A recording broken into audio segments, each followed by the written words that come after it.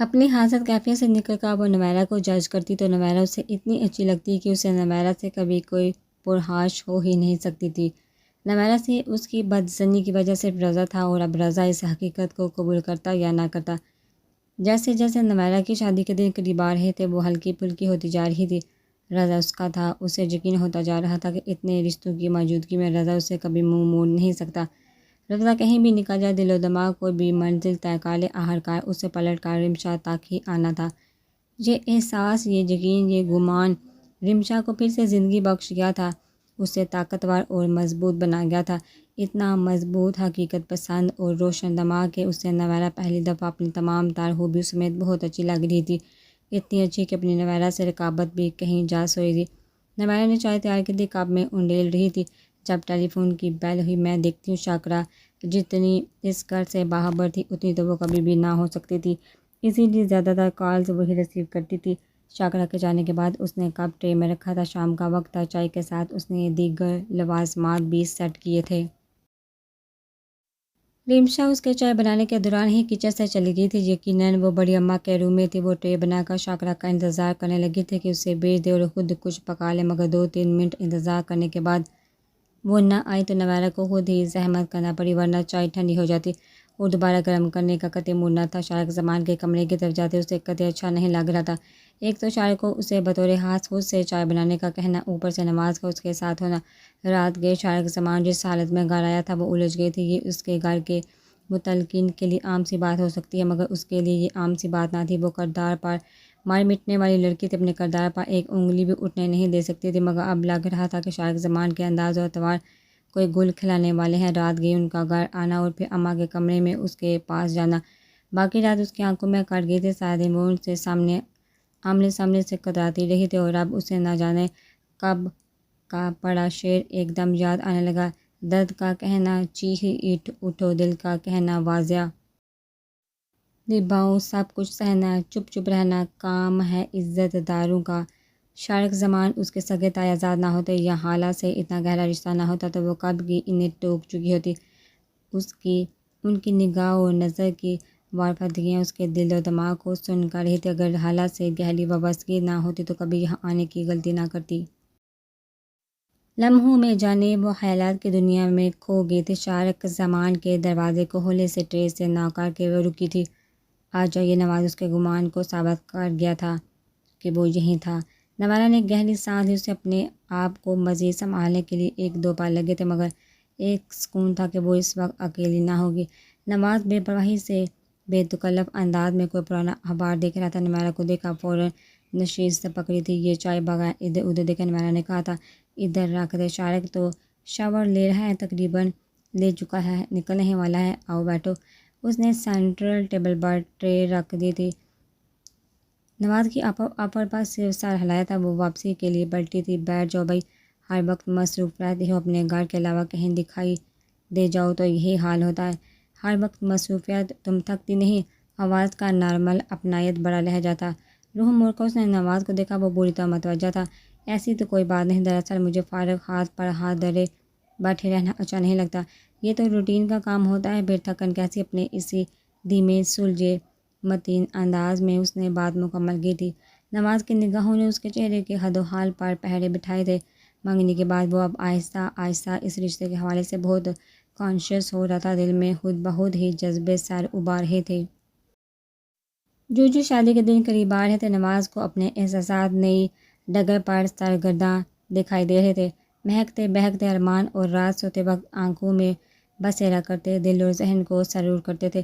امی سے پتہ چلا تھا کہ محترمہ یہاں ہیں، امی ابو آ رہے تھے، سوچا تھا کہ ہم بھی شرف ملاقات سے فیض یاب ہو ہی جائیں گے، مگر اب تو سامنے ہی نہیں آ رہی۔ بستر سے اتر کر نواز فاروق پل میں نویرہ کے مقابل تھے۔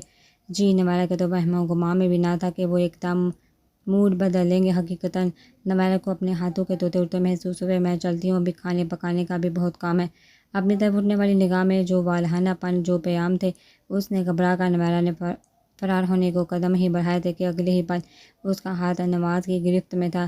رکو تو! بالکل لاشعوری طور پر نواز سے جسارت سرزد ہوئی تھی۔ نویرہ تو حقا بقا رہے گی، اس کی زندگی میں کبھی ایسا موڑ ہی نہیں آیا تھا کہ وہ ان جذبات کو محسوس کرتی۔ وہ تو ہر قدم سوچ سمجھ کر اٹھانے والی لڑکی تھی، اپنے وقار، اپنے آن پر مار مٹنے والی تھی۔ نواز نے پہلی دفعہ یہ حرکت کی تھی، اسے اگر بری نہیں لگی تھی تو اچھی بھی نہیں لگی تھی۔ جارج، یہ کیا کمرے میں بوریت پھیلا رکھی ہے؟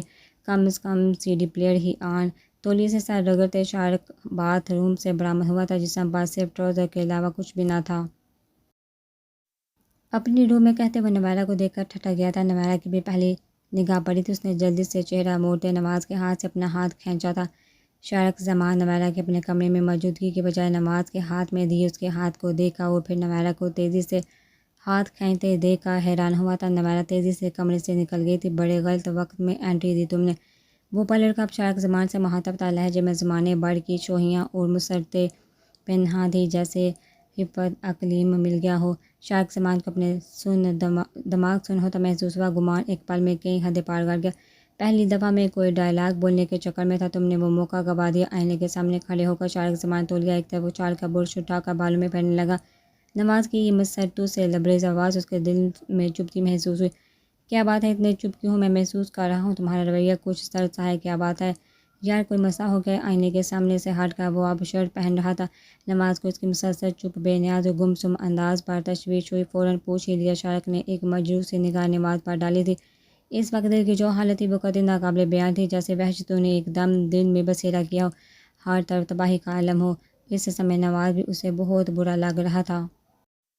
اپنی کل رات کی کیفیت سے وہ سارا دن لڑا تھا۔ اندر تو جو سوریدہ سری تھی وہ تو کسی کے بھی اختیار میں نہ تھی۔ شارق زمان کو اب گہری تشویش لاحق ہو چکی تھی۔ کچھ نہیں ہوا، ایک تو تمہارا ہر وقت پولیس والوں کی طرح کا تفتیشی انداز، مجھے کچھ نہ ہوگا تم کچھ کروا ڈالو گے۔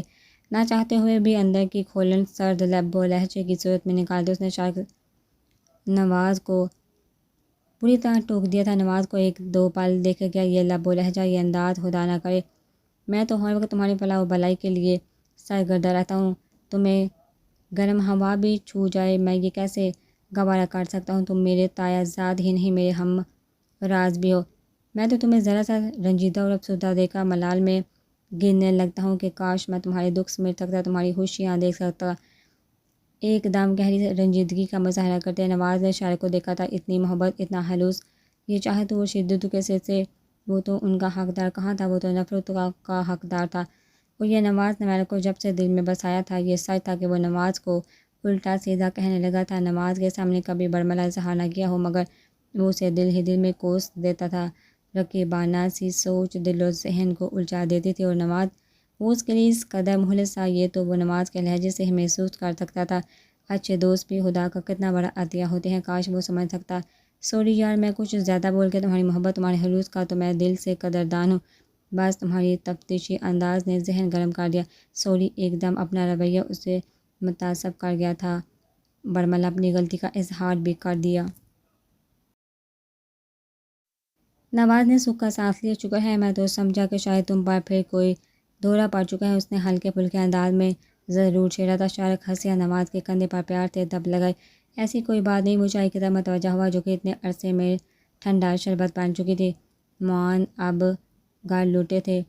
چچی کے ہاں اسے کچھ وقت لگا تھا۔ اب گھر آ کر فریش ہو کر میٹنگ کے لیے پہنچنے کی جلدی تھی۔ جلدی سے سمیان اپنے کمرے کی طرف بڑھ گیا تھا۔ جب مسلسل بجتے ٹیلی فون کی طرف دھیان گیا تھا، سمیان نے لاؤنج میں رکھے اسٹینڈ کارڈ سے وہ اٹھا لیا تھا۔ ہیلو، سمیان نے ابھی کہنا ہی چاہا تھا کہ ایکسٹینشن سے فرا کال ریسیو کر چکی تھی۔ اس کی آواز سن کر سمیان نے ریسیور سے کان ہٹانا چاہا تھا، جب دوسری طرف سے آتی آواز سن کر ٹھٹک گیا۔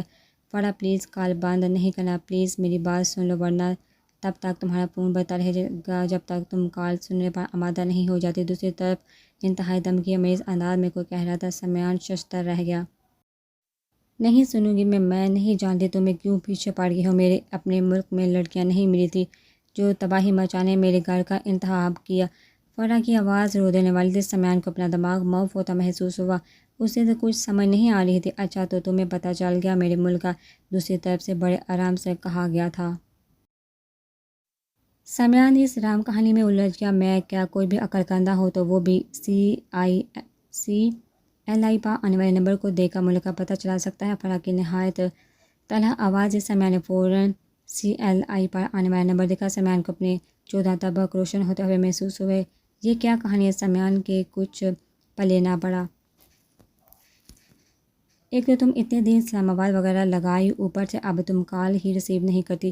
جانتی ہو اتنے دن تمہاری آواز سننے کو نہیں ملی، کیا حالت ہوئی ہے میری پچھلے دنوں تمہاری طرح۔ تمہارا آواز بھی اتنی خوبصورت اور مدم بڑی ہے کہ میں تو ہوش و حواس سے بھی بیگانہ ہو گیا ہوں۔ سمیعان کو ایک پل لگا تھا کہ جیسے دماغ خالی ہو گیا ہو، مگر دوسرے ہی لمحے غم و غصے نے پورے وجود کو اپنی لپیٹ میں لے لیا تھا۔ خدا کے لیے پیچھے چھوڑ دو میری ایک چھوٹی سی بھول کو میری عمر بھر کی سزا مت بناؤ۔ کیا بگاڑا ہے میں نے تمہارا؟ ورنہ اب رو رہی تھی۔ سمیعان کو فرح کے آنسو اپنے دل پر گرتے ہوئے محسوس ہوئے۔ رو تو نہیں، میرا مقصد تمہاری آواز سننا تھا، تم سے بات کرنا تھا، پلیز رو نہیں، اور نہ ہی مجھے غلط سمجھو۔ فرح کے رونے کا اثر دوسری طرف فوراً ہوا تھا۔ بہت نرم و حلاوت امیز لہجے میں کہا گیا تھا، تم کون ہو؟ اب ٹھہرے ہوئے مگر نم ناک لہجے میں وہ پوچھ رہی تھی، تمہیں بہت جلد پتہ چل جائے گا، میری امی تمہاری طرف آئیں گی۔ کیوں؟ فرح نے پوچھا۔ میرا رشتہ لے کر۔ دوسری طرف مزید بتایا گیا تھا۔ سمیعان احمد نے لب بھینچے۔ کیا فرح کی چیخ نما آواز نمایاں تھی۔ مگر میں تو تمہارے بارے میں کچھ نہیں جانتی، تم کون ہو، کیسے ہو، کیا کرتے ہو؟ کچھ بھی تو نہیں۔ فرح کی الجھی آواز سمیعان نے وہ بھی محسوس کی۔ پتہ نہیں یہ سلسلہ کب سے چل رہا تھا۔ سمیعان صرف خاموشی سے دونوں طرف ہونے والی گفتگو سن رہا تھا۔ جاننے سے کیا ہوتا ہے، بعض اوقات تو برسوں سال رہنے والے بھی ایک دوسرے کو نہیں جانتے۔ جاننے کے لیے ایک لمحہ ہی کافی ہوتا ہے۔ کیا یہ بات تمہارے لیے کافی نہیں کہ میں تمہیں پسند کرتا ہوں، محبت کرتا ہوں، تم سے شادی کرنا چاہتا ہوں؟ صرف باتیں نہیں بلکہ عملی مظاہرے کے طور پر اپنی امی کو تمہارے والدین کے پاس باقاعدہ بھیجنا چاہتا ہوں۔ سمیعان نے سختی سے اپنی مٹھی باندھی، بمشکل اپنے کھلتے لبوں کو دانتوں تلے دبایا۔ نہیں پلیز ایسا کبھی مت کرنا، میرے والدین تو مجھ پر بہت اعتماد کرتے ہیں، اور میرے بھائی جان چھڑکتے ہیں مجھ پر، وہ کیا سوچیں گے میرے بارے میں؟ پلیز نہیں، آپ اگر واقعی مجھے پسند کرتے ہیں، محبت کرتے ہیں تو پلیز یہاں کال نہ کیا کریں۔ آپ کو کیا پتہ مجھے کتنی تکلیف ہوتی ہے۔ میں نے ای میل کا سلسلہ بھی بند کر دیا، اب آپ یہ سلسلہ بھی بند کریں۔ فرح کا ملتجی انداز آخر میں وہ رو دی تھی۔ سمیعان کے کانوں میں اس کی سسکیاں عجیب سا ارتعاش پیدا کر رہی تھی۔ فرح بات سنو میری، فرح پلیز نہیں، اب نہیں، خبردار اگر کال کی تو ورنہ میں اپنے بھائی کو بتاؤں گی۔ روتے روتے فرح کا انداز دھمکی آمیز ہو گیا تھا۔ تم اس وقت کچھ بھی سننے کے موڈ میں نہیں ہو، کال بھی لمبی ہو رہی ہے، میں پھر کال کروں گا، اپنا خیال رکھنا میرے لیے، اوکے ٹیک کیئر، اللہ حافظ۔ دوسری طرف ریسیور رکھ دیا گیا تھا۔ ٹیلی فون کی لائن بے جان ہو گئی تھی۔ سمیعان نے ایک دم ریسیور کریڈٹ پر پٹھا۔ نہ جانے طاہرہ بیگم کہاں تھی۔ سمیعان کو اپنا دماغ سنسناتا ہوا محسوس ہوا۔ آندھی طوفان کی طرح وہ بغیر ادھر ادھر دیکھا فرح کے کمرے کی طرف بڑھا تھا۔ زور سے دروازہ کھول کر اندر داخل ہوا تھا۔ فرح جو کال بند ہونے پر اس پر سر ٹکائے رو رہی تھی، دھماکے سے دروازہ کھلنے پر چونکا دیکھا۔ سمیعان کو دیکھا، وہ لمحے میں سیدھی ہوئی تھی، آنسو رخساروں پر بہہ رہے تھے۔ سمیعان اسے عجیب نظروں سے دیکھ رہا تھا۔ فرح کا دل دھڑکا، اس نے تیزی سے اپنے رخسار رگڑے۔ آپ، لرزتی آواز پر فرح کو اپنے اعصاب ساتھ چھوٹے ہوئے محسوس ہوئے۔ وہ اٹھ کھڑی ہوئی۔ وہ شخص کب سے تمہیں تنگ کر رہا ہے؟ انتہائی سخت پتھریلا لہجہ اس سے سمیعان سے قطعی مختلف تھا، جسے وہ برسوں سے جانتی آ رہی تھی۔ فرح کے آنسو بھی ٹھٹر گئے۔ فرح بتاؤ مجھے کب سے یہ سلسلہ چل رہا ہے؟ فرح کے پاس آ کر اس کا بازو سختی سے اپنی گرفت میں لیتے سمیعان احمد نے گویا اسے جھنجھوڑ ڈالا تھا۔ سمیعان احمد کو یہ سب کیسے پتہ چلا؟ یہ سوال اس کے ذہن میں چکرا کر رہ گیا۔ فرح سمیعان کے تفتیشی انداز میں پہلے سے زیادہ سختی تھی۔ مجھے کچھ نہیں چھپانا، اگر بھائی کو پتہ چل گیا تو اب ساری بات بتا دینی چاہیے، ورنہ ساری عمر یوں ہی روتی رہو گی۔ لمحوں میں اس نے فیصلہ کیا تھا۔ بھائی، فیصلہ کر لینے کے بعد وہ سمیعان کو دیکھ کر پھر رو دی۔ بھائی، سمیعان کا بازو تھام کر وہ اس کے ساتھ جا لگی تھی۔ بھائی قسم لے لے، میں بے قصور ہوں، میں اس کے بارے میں کچھ نہیں جانتی، میں خود آپ کو بتانا چاہتی تھی۔ سمیعان احمد نے ہولے سے اس کا سر تھپتھپایا۔ میں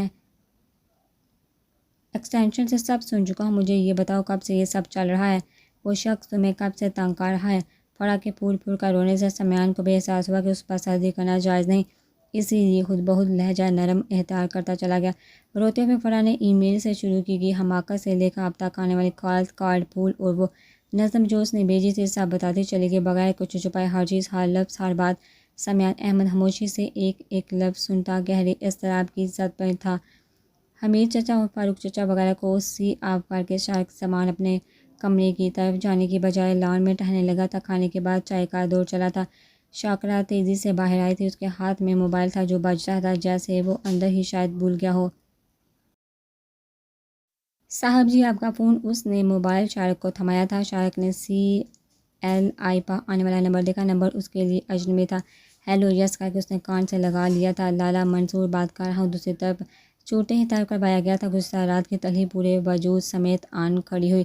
جی فرمائیے، کل رات کی اذیت وہ بھولا تو نہیں تھا، اور اب پھر یہ شخص اس کا ضبط آزمانے کو آ گیا تھا۔ فرما ہی رہا ہوں، تمہاری بہن نے احسان منظور سے آج شام نکاح کر لیا۔ ایک لمحے کو تو چاک زمان کا دماغ ہی موفوق ہے، مگر دوسرے ہی پل سر جھٹکا۔ تو میں کیا کر سکتا ہوں؟ تمہارے بیٹے کا معاملہ ہے، ویسے اطلاع دینے کا شکریہ۔ آرام سے وہ لالا منصور کو سلگا رہا تھا، وہ واقعی بڑھ گیا۔ میں زندہ نہیں چھوڑوں گا اس کتیا اور اس کی ماں کو، اس نے گالی بکی تھی۔ شارق زمان کو اپنے اعصاب زبردست تحریک کی زد پر مشتعل ہوتے محسوس ہوئے۔ اس نے مٹھیاں بھیج کر خود کو کسی بھی قسم کی اشتعال انگیزی سے روکا۔ ضرور یہ تمہارا ذاتی فعل ہوگا، میں بھلا کیا کہہ سکتا ہوں؟ جب بولا تو لہجہ اتنا ہی شفاف اور ٹھنڈا تھا جو کسی بھی شخص کو دماغ خراب کرنے پر اکسا دے۔ تمہیں میں نے خبردار کیا تھا۔ شارق زمان پھر بھی وہ زخمی شیر کی طرح چنگا رہا تھا۔ شارق نے مطلق پرواہ نہ کی۔ تمہارے بیٹے نے نکاح کیا ہے، اس میں تم مجھے کیوں دوش دے رہے ہو؟ دانا ہنسا۔ میں نے تو زبردستی اس کا نکاح نہیں کروایا، پھر یہ تمہارے بیٹے کا ذاتی معاملہ ہے، میں کسی کے ذاتیات میں دخل دینا کبھی پسند نہیں کرتا۔ اس ملک میں ہزاروں جوڑے گھر سے باہر باہر اپنی مرضی سے نکاح کرتے ہیں، تمہارا بیٹا بھی انہی میں سے ایک ہے۔ اس میں مجھے دھمکیاں دینے یا بتانے سے کیا حاصل؟ شارق زمان نے گویا بات ختم کر دی تھی۔ میں دیکھ لوں گا تمہیں بھی اور تمہاری طوائف ماں کو بھی۔ یاد رکھنا شارق زمان مجھ سے دشمنی لینے والا قبر کی تاریکیوں میں بھی جا سوئے، اسے بخشتا نہیں ہوں۔ وہ زخمی شیر کی طرح بول رہا تھا۔ شارق زمان نے اس کی بات پر نہ جانے کیسے خود پر قابو کر پایا تھا۔ بضد شوق تمہاری اطلاع کے لیے عرض ہے کہ لالا منصور کہ میری ماں میرے گھر میں بستر علالت پر پڑی ہوئی ہے۔ جس طوائف کا نام تم لے رہے ہو تم جیسے لوگوں کی حوث پوری کرنے کے لیے ہوتی ہے، اور کچھ نہیں رہ گئی تمہاری بیٹی کی منقوہت، اور جب تم اسے قتل کروا دو تو مجھے ضرور اطلاع دینا، میں اظہار تعزیت کے لیے ضرور آؤں گا۔ آخر کو تمہارے بیٹے نے بھی ایک طوائف شادی سے نکاح کیا ہے جو نہ جانے کتنوں کی حوث پوری کر چکے ہیں۔ اگر پولیس وغیرہ کوئی مسئلہ کریٹ کرے تو مجھے انفارم کرنا، پولیس سے میرے اچھے تعلقات ہیں، کیس حل کروانے سے مدد ملے گی۔ ہاں، ایسا وکیل کرنا جو کیس جیتے، اس کے عوض میں تمہیں منہ مانگی قیمت دینے کو تیار ہوں۔ میرے باپ کی جائیداد اتنی ضرور ہے کہ میں ایک طوائف اور طوائف شادی کو عبرتناک انجام سے دوچار کروانے کو استعمال کر سکوں۔ مشورہ تمہارے فائدے کا ہے، غور ضرور کرنا۔ شہوانہ احسان معذرت کے ساتھ اب تمہاری بہو ہے تو میں اسے شہوانہ احسان ہی کہوں گا، چونکہ قبر کی تاریکیوں میں سلانے کا میرا بھی درینہ خواب ہے۔ اگر پورا کر دو تو تمہاری عمر تمہارا دوست بن کر ممنون رہوں گا۔ یہ قصہ شارق زمان کی زندگی کا ایک ناسور بن چکا تھا، ایک رستہ ہوا ناسور جو اسے نہ ہی تو نارمل زندگی جینے دیتا تھا اور نہ ہی حد سے گزرنے۔ وہ دوہری اذیت کا مسافر تھا جس کے لیے اگر آگے بڑھنا محال تھا تو واپس پلٹنا زیادہ مشکل۔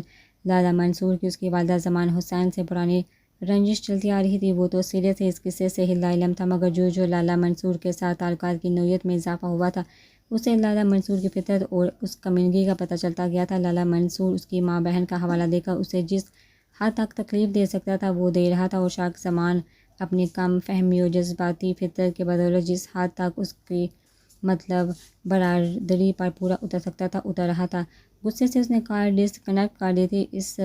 اسے اندازہ نہ تھا کہ اس کے کانوں سے لالا منصور کس حد تک غضبناک ہو سکتا ہے اور کیا کر سکتا ہے۔ شارق زمان نے کچھ سوتے ہوئے کچھ نمبر ملائے تھے۔ ہاں عمر شارق بول رہا ہوں۔ رابطہ ہوتے ہی اس نے کہا تھا، ایک کام ہے، ذرا دھیان سے سنو۔ لالا منصور کے بیٹے احسان منظور نے شہوانہ سے نکاح کر لیا ہے۔ میرے خیال میں یہ ساری کارروائی چھپ کر عمل میں لائی گئی ہے، ورنہ لالا منصور کبھی یہ سب نہ ہونے دیتا۔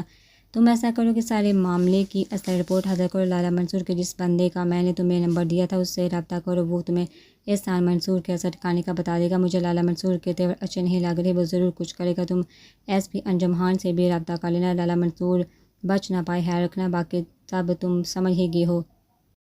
فینٹاسٹک قسم کی رپورٹ ہونی چاہیے۔ اوکے، بعد میں رابطہ کرتا ہوں، تم جلدی سے یہ سب کام کرو، اور ہاں، افتخار کو کال کر کے احسان منصور تک پہنچا دو، اسے کہنا تصویریں رنگین ہونی چاہیے۔ اس نے ساری ہدایت دے کر کال بند کر دی۔ اندرونی اضطراب جو تھا سو تھا، مگر بیرونی کیفیت بھی کچھ مختلف نہ تھی۔ ادھر سے ادھر ٹہلتے اس نے تقریباً آدھا گھنٹہ گزارا تھا۔ ٹانگیں شل ہونے لگی تو وہ اندر چلا گیا۔